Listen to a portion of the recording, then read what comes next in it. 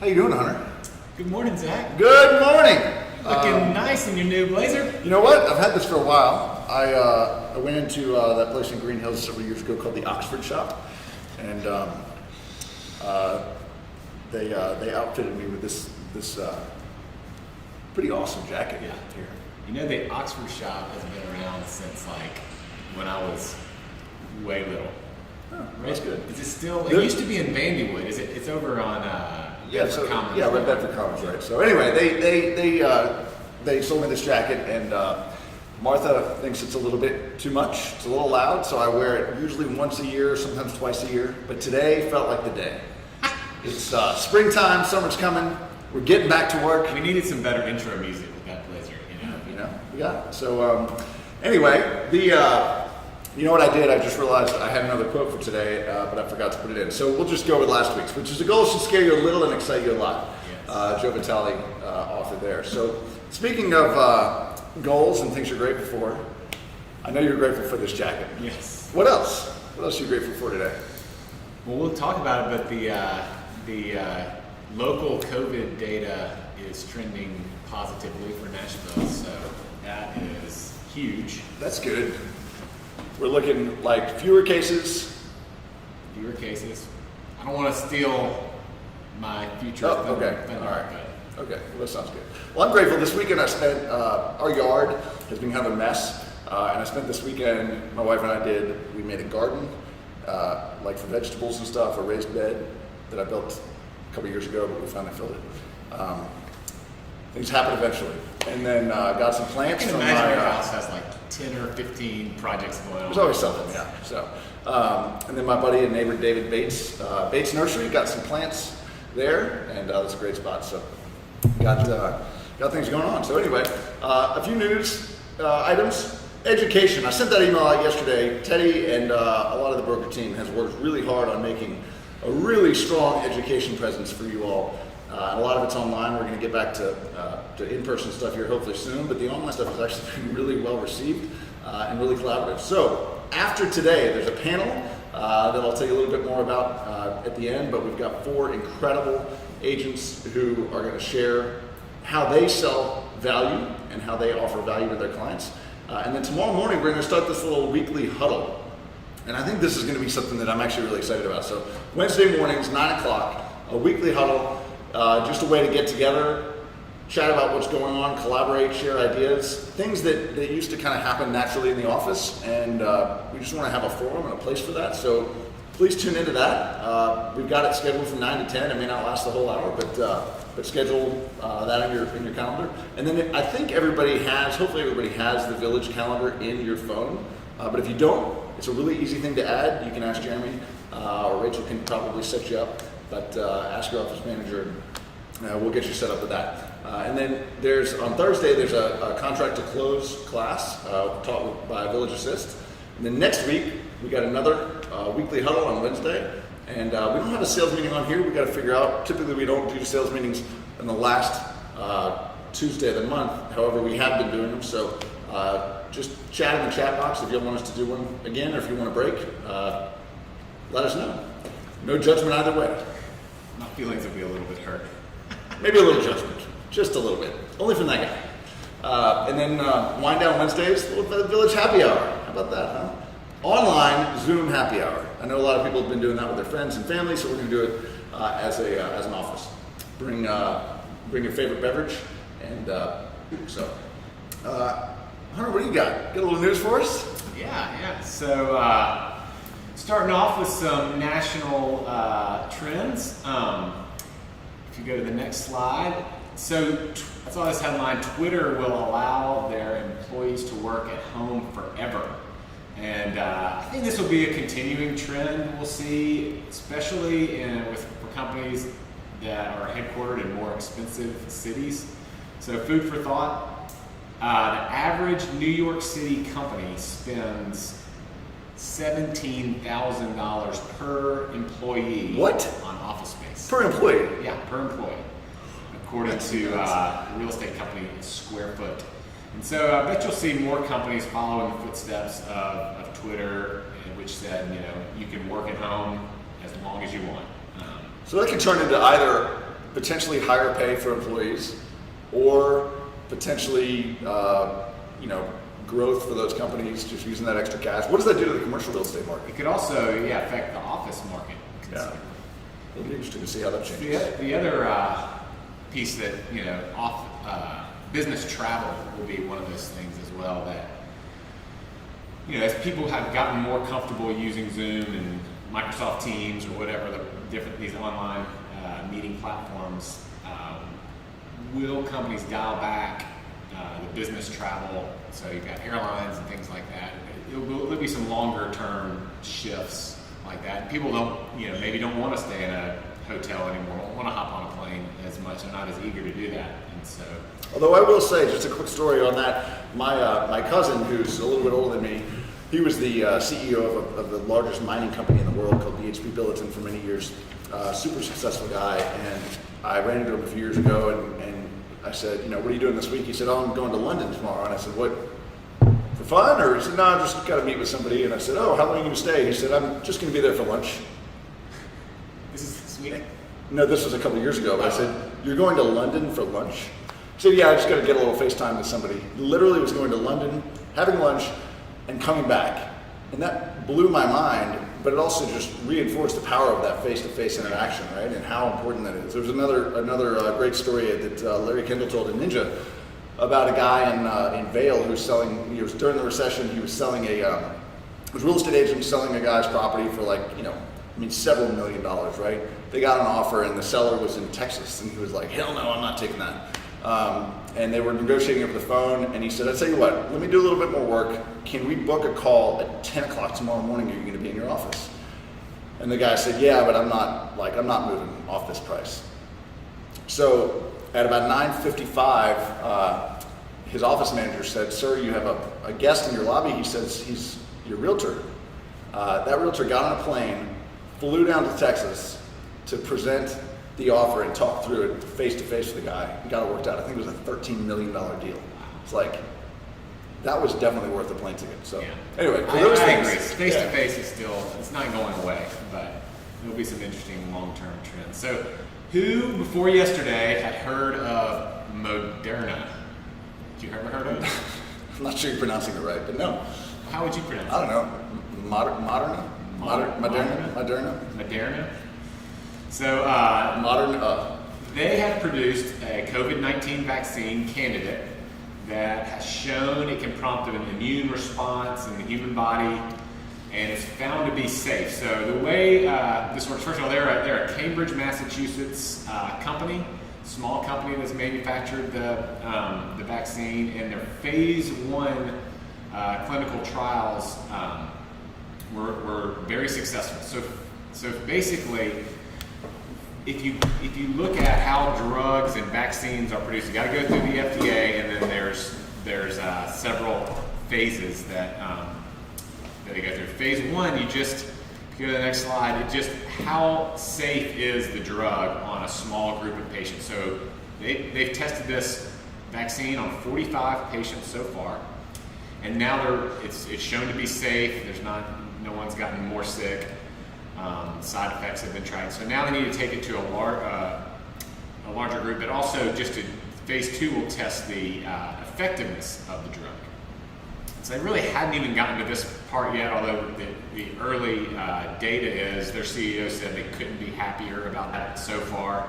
And then it'll go to phase 3, which is involve a much larger study, and that should happen in as early as July. So they're really trying to fast track this, but doctors that were not involved in the study and commented on it have been very optimistic. So the stock market was up about 3% yesterday on this news.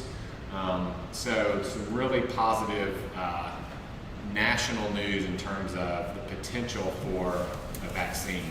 And I think they're not the only one. I heard on NPR there's a camel named Winter. No, a llama named Winter, who is successfully responding to some vaccine treatments. So fascinating stuff. So if you move it on to Nashville, I referenced in the Gratitudes, that the data is starting to, for the first time, really look a whole lot better.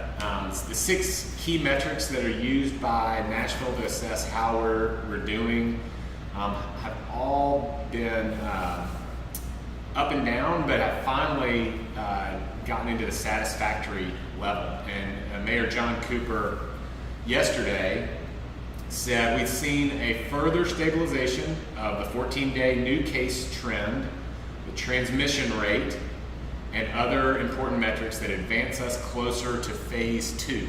So we're currently in phase 1 that started a week ago Monday, and that's supposed to last a minimum of 14 days as long as the data looks good. So ideally, next Monday, Tuesday, we could be heading into phase 2. Interestingly, on Sunday, we only had 28 new cases of COVID-19 in Davidson County. And there's been 43 deaths in Davidson County associated with and that's total. the virus. That's total. Yeah. Yeah. 28 new cases Sunday, 43 total deaths total over Yeah. that time period. I mean, I shouldn't say that's phenomenal. That's obviously It's tough. But it's that's encouraging. Yeah, right.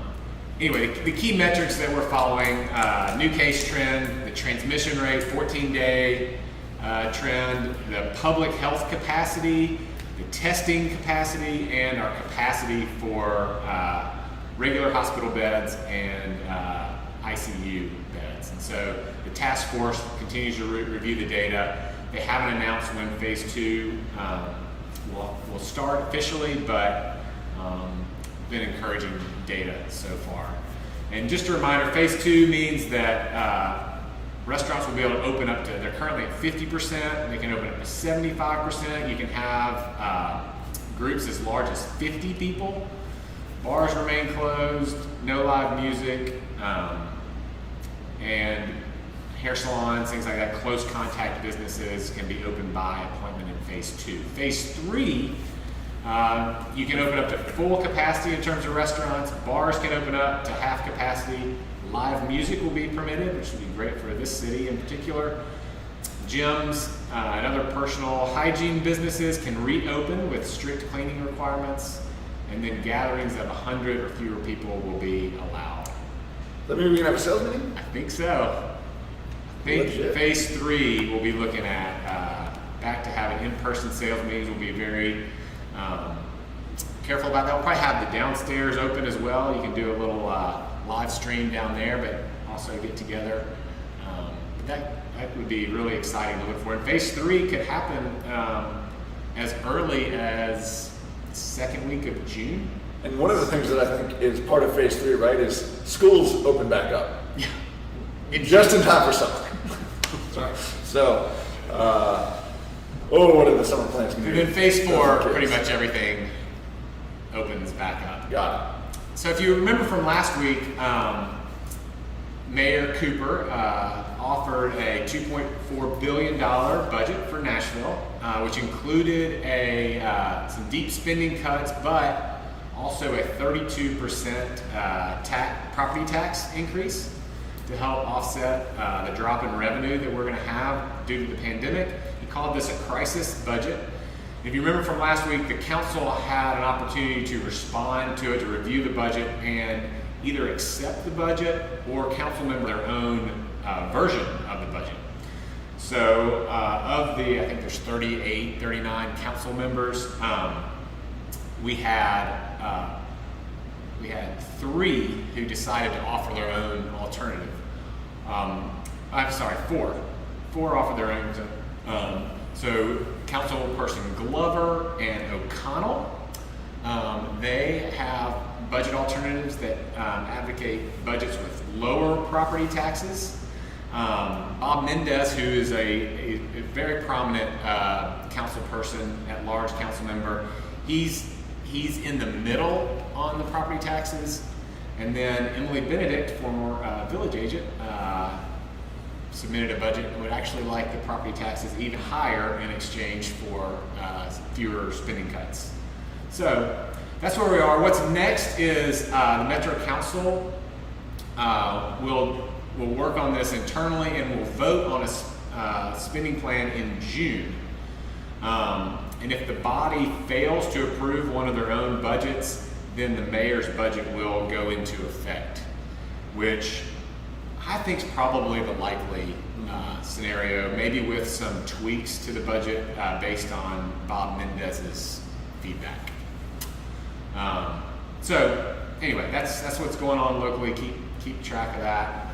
32% property tax increase is very significant for our market. Now, Nashville is a lower property tax city compared to a lot of our peers.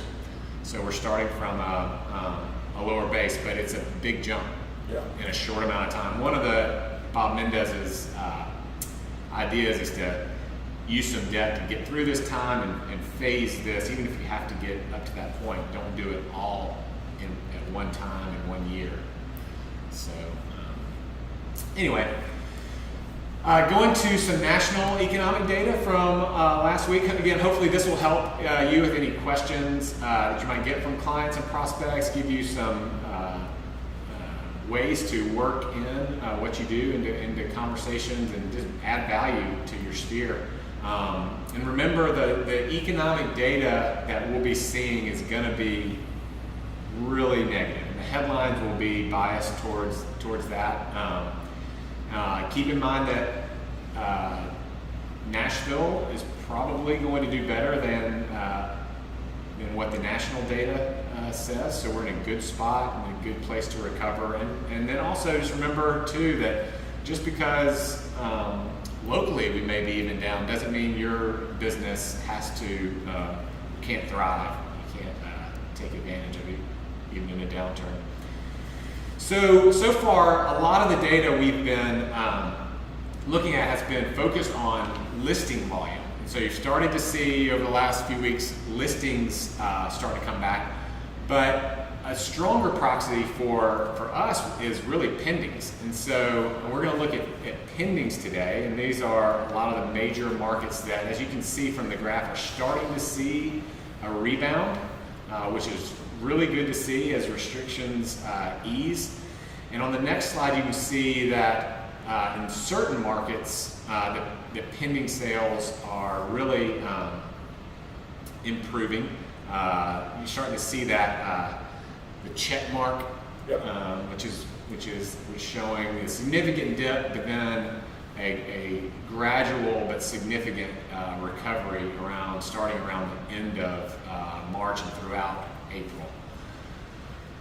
But not all markets are recovering, so several East and West Coast metropolitans, including New York, Philadelphia, and San Francisco, are still in their lows and have yet to see pending sales recover. And so those are some big data points. And then locally, you can, or with Nashville and then some of our peer cities that are still trending lower. Nashville's lower as well, but doing much better than some of our peers.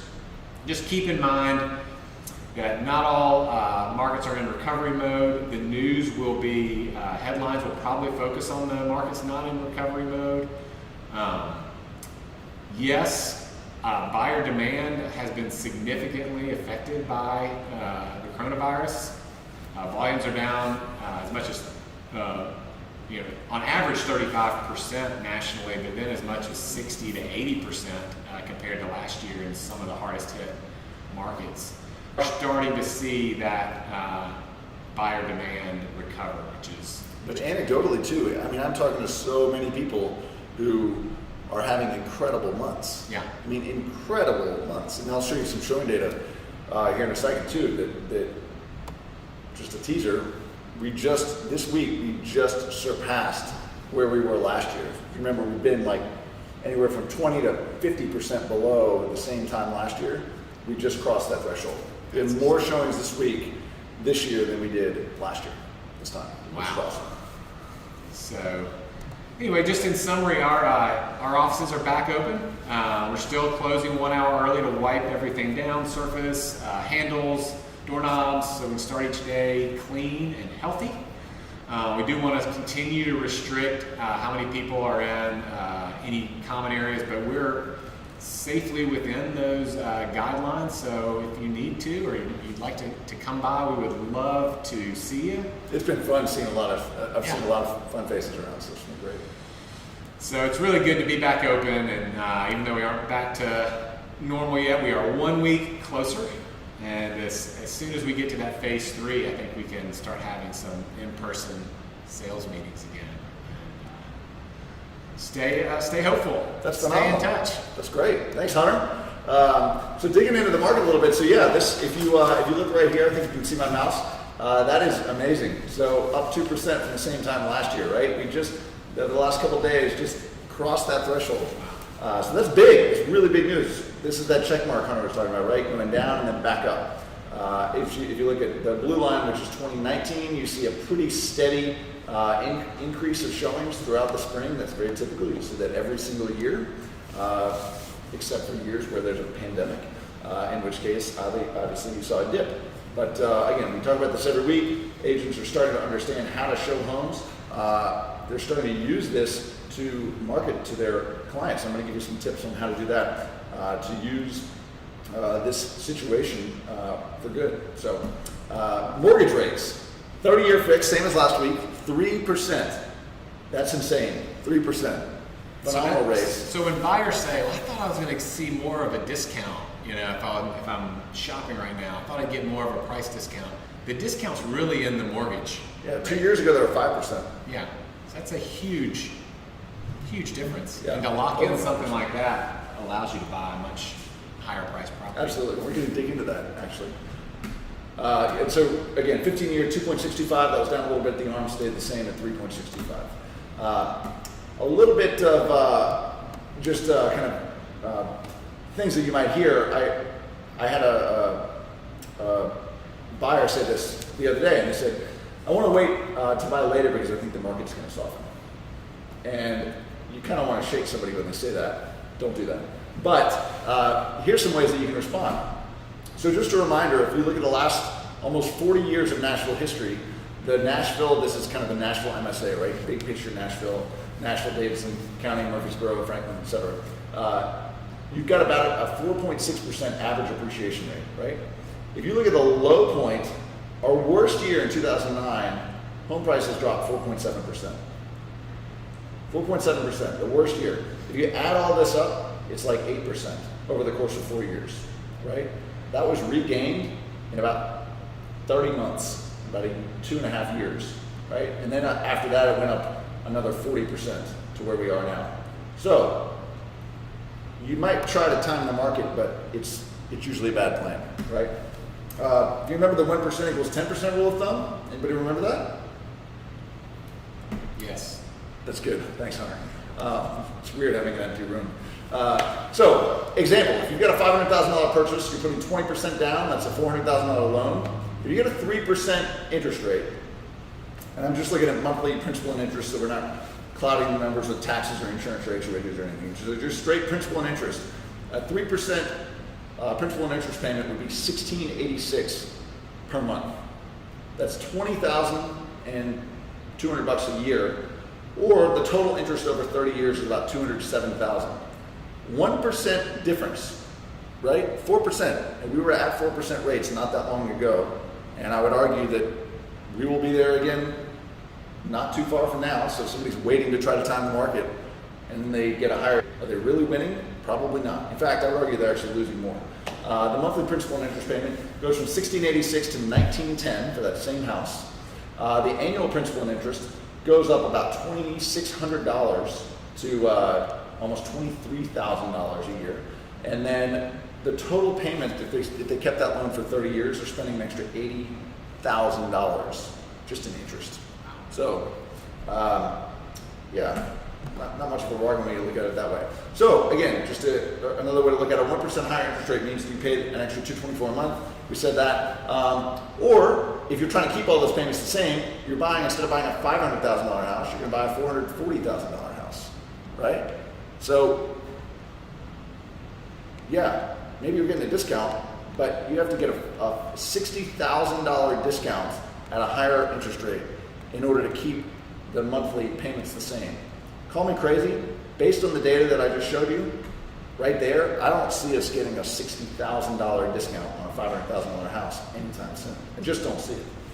So I think people might say that because it sounds good and it's sound bites and they're reading headlines, but if you really talk them through the numbers and do a little bit of math, I think you'll be able to help them understand and educate them and really add value to them to help them know they're just not right. So based on the FHA data, as I said, home prices fell 8.1% over the 4 years here, right? Those 4 years fell a total of 8.1%. That was made up again in 2.5 years, so almost 1% there, 5.5%, and then halfway through that you get to 8%. And after that again, home prices rose 40% over the last 5.5 years. So that's good math. I'll send out these slides. You can use that, put it in the newsletter, whatever. The moral of the story, obviously, don't try to time the market. Also, people, unless you're just actually an investor, you're buying a home for way more than just investment, right? You're buying a home for shelter, for security, for peace of mind, a place to build memories with your family. The financial rewards are inevitably going to follow. So just some reminders there. All right, tips. 3 marketing ideas you can do right now, right? We're trying to give you some actionable items, good ways that you can actually go out and get business right now. So, number 1, send out an email to your past clients or database with the headlines, "Your home's value during COVID-19." I guarantee you everybody's thinking about this. And if you're not offering them a solution and you're not offering them some sort of an answer, then they're gonna find it with somebody else. Remember, NAR says that every single person in America knows 12 realtors. 12. You're just one of 12 that they know. So if you're not the one offering this information and they happen to run into somebody else in their neighborhood, they're probably gonna ask them, right? You've heard people asking, "Hey, how's the market right now?" Right? How are you responding to that? Because a lot of times when people ask me, I'll run into people in my neighborhood and they'll say, "Gosh, how's real estate?" And I kind of light up and I say, "It's really awesome, actually. Like it's actually busier than you would ever expect. It's busier now." And especially when you say this even with showings. We have more showings going on right now than we did this time last year. And their eyes light up and they're like, "What? Seriously?" Yeah, that's right. So send an email out, "Your home's value during COVID-19. Offer to provide a 15 to 20 minute Zoom overview to answer 3 questions. I got a question on that email. Yeah. What are you telling them there? You pulling comps and So I think you should. So you're trying to engage them, right? Remember what a real estate review is? This is another version of a real estate review. It's just got a different headline, right? We want to be doing real estate reviews. We want to be meeting with our sellers and past clients and network and sphere to try to help them understand, what the market activity is going on right now. And again, if you're not providing that, they're gonna look somewhere else. And people have extra time in their hands.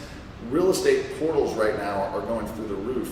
The search activity on websites is bananas right now because people are just, especially if they're not working and they're sitting at home, they're just looking at pretty houses of pretty pictures of houses. So in the body of the email, offer to provide a 15 to 20 minute 10 to 15 minutes, whatever you want to do, Zoom meeting to answer 3 questions that you're receiving the most frequently right now.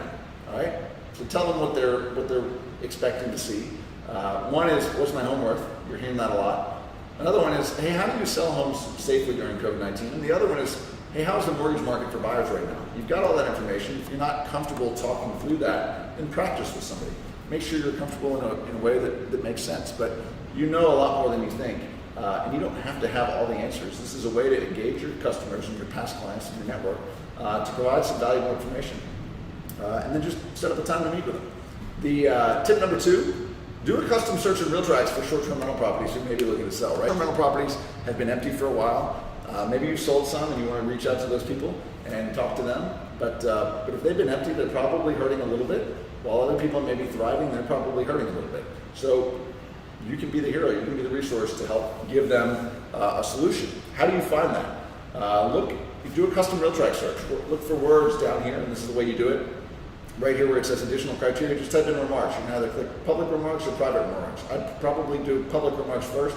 Don't do the search in both, because if you do it in both, it'll have to have those things in both, so just do one and the other. But if you search for words like Airbnb, B&B, STR, STRP, maybe short-term, short hyphen term, you can do all of those things separated by a comma, and it'll come up. Any properties that closed in the last few years in an area where you think you might want to try to sell, you can find those. Oh, well, Zach, it looks like, I don't know, how do we reach out to them? Well, I'm so glad you asked. Thanks, Hunter. Tip number 3, you can use the HomeSnap app to look up contact info and sometimes even email addresses for the owners. Yes, you can also use the Forewarn app. HomeSnap, if you haven't been paying attention to HomeSnap, they just released a pretty cool tool or enhancement to their tool. So this is, I just did a search for my house, and if you're looking here, you've got, click on the house, and you can scroll down, and you can see who the owners are. One, you can click contact the owner right there, and it'll actually let you call or SMS me. But don't do that just right away, because as you see, I'm on a do not call list. You can pay for a subscription. I wouldn't worry about that. But right here, where it says, that's my phone number, that's an old landline, I don't have that anymore, but that's my cell phone number. So it's right there. I've seen a lot of things. In fact, I didn't show Hunter's house on here because I didn't want to do it without asking him, but I pulled up your email address on here. And actually some old email addresses. It's got a whole history of your email addresses. We've had a lot. And so you can find email addresses for buyers as well. And that's part of your free included subscription with HomeSnap. So take advantage of that. It also shows this is a house I own and this is another property that I have. So if you scroll down, you'd see other properties that I've got. So try those things. Reminder tip, just as a bonus, find a partner, use the weekly scorecard, and to help keep you accountable and tracking progress toward your goals. So hopefully that's helpful. 3 things or 4 that you can do to get going. Colin's going to come up and talk to us about a little conundrum. Colin's conundrum. We have an easy Hunter's one taking a today. hiatus. We've got an easy one today. This will probably resonate a little more with our agents who have been in the business a little bit longer. Inspections and whether or not you are required to have a licensed inspector in order to get out of your inspection contingency. What do you think? My Uncle Joe knows a lot about wood and roofing. Well, all right, so you have your inspection contingency and Uncle Bubba comes in and does your inspection for you. He's not licensed. He's just Uncle Bubba, and he doesn't like what he sees. You can get out on your inspection contingency. You no longer have to have a licensed inspector required for your inspections. And so even you can walk through, or your buyer can walk through and do their own visual inspection and say, you know what, I'm out of here. It is allowed. But This it did is not such a used good to be idea. that. Think of the money that we could save not having inspections. Yeah, well, if you do Wait, that, that's a bad idea, isn't it? if you do that, I would suggest if your buyer ever decides that they would rather Uncle Bubba or themselves, who are unlicensed, do the inspection, I would really strongly encourage them to use the RF 712, which is the importance of getting an inspection or a property survey. Yep. Because I will guarantee you that they're going to miss something. Sure. Hands down. Yeah. They will miss something. Even So- licensed inspectors can miss something. So this is good information if you're a seller or you have a listing with a seller and you get an offer with a buyer, but please do not recommend to your buyers that they do this. Spend the $400, $500, $600, $700, whatever it is, based on the size of the house and the level of inspection you do to get a professional licensed home inspector. Yep, because they changed this a few years ago. It used to be that you were required to have a licensed inspector, but not anymore. So good to know. Well, thanks, Colin. Appreciate it. So loan forbearance, we got an email from one of our agents who said that a buyer had told her that... It was Andrea Brandon. Andrea Brandon. So told her client that he'd owned a home for 10 years, paid his mortgage religiously, was offered a deferred payment by his mortgage company due to the pandemic. And he was like, oh, yeah, sure. So he took it. Yeah. But then what happened? Well, basically, he went to get another loan, and his lender... I think she was trying to sell him a house. Like, oh, yeah.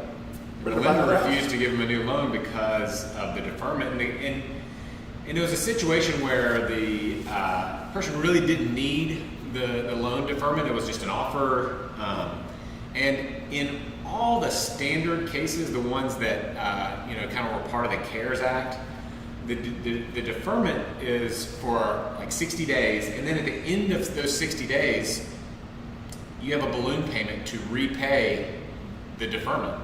It doesn't tack on another 60 days to the end of your 30-year term, for instance. And so it's not really even a huge advantage because you're going to have to, in 2 months, pay your current payment plus the 2 that you missed.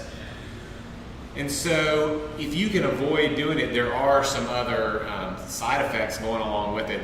It shows that you took the deferment, you're kind of handicapped while you're in deferment to get any new loans. There's a lot of reasons not to, to encourage your clients to think twice before taking anyone up on the loan deferment. So I thought it was really important feedback we can give our clients. Sounds like high school peer pressure or something. Here, come on. Take that beer, you can do it. Coming soons, enter your coming soons at comingsoon.villagetn.com. I know a lot of y'all have done that already. Again, per the clear cooperation rules, they need to be going on the MLS within 48 hours of me sending that out today. So make sure that they're going to be going on the MLS by the end of the day, Thursday, about midday Thursday, I guess, at least as a coming soon. But I'll go ahead and send that list out today. And then after this, we can talk about takeaways on the chat box. But there is an awesome panel we mentioned. David Doris, Sam Graham, Virginia. I'm sorry, I put 2 I's in Virginia's name, or actually, I just misspelled it. Sorry, Virginia. I'll fix that. And Robbie Stone on selling your value. So this is a really cool panel. Pay attention to that. It starts in 22 minutes. So wait. Go take a break, get a cup of coffee, and tune in. Got some opinionated folks on that panel. Yeah. It should be good. Opinions are good. I actually love I'm reading this book called Death by Meeting. I just finished it by Patrick Lencioni. And he talks about the most critical piece of a good meeting is conflict. And he equates it to movies, basically, and TV dramas, right? If everybody just, if the movie started and it was like, all right, here's this couple and they're going to live happily ever after. It's like, you'd never watch it, right? You have to have conflict. Yeah. And so he said you have to create conflict in meetings to be able to have a good meeting because ultimately that flushes out a lot of different opinions and you'll end up coming up with the best one or at least seeing all the options. So anyway, hopefully there's some good conflict. Robbie, bring your conflict. Bring your conflict. All right. That's it. That's all we got today. Thank you all so much for tuning in and enjoy your week. Have something to be successful with and pick that up in all the education that we're offering. Everybody's working hard on doing that, so please tune in. And again, the more you tune in, the more opportunities you'll have to grow. So enjoy the week. Thanks, y'all. Thanks, guys.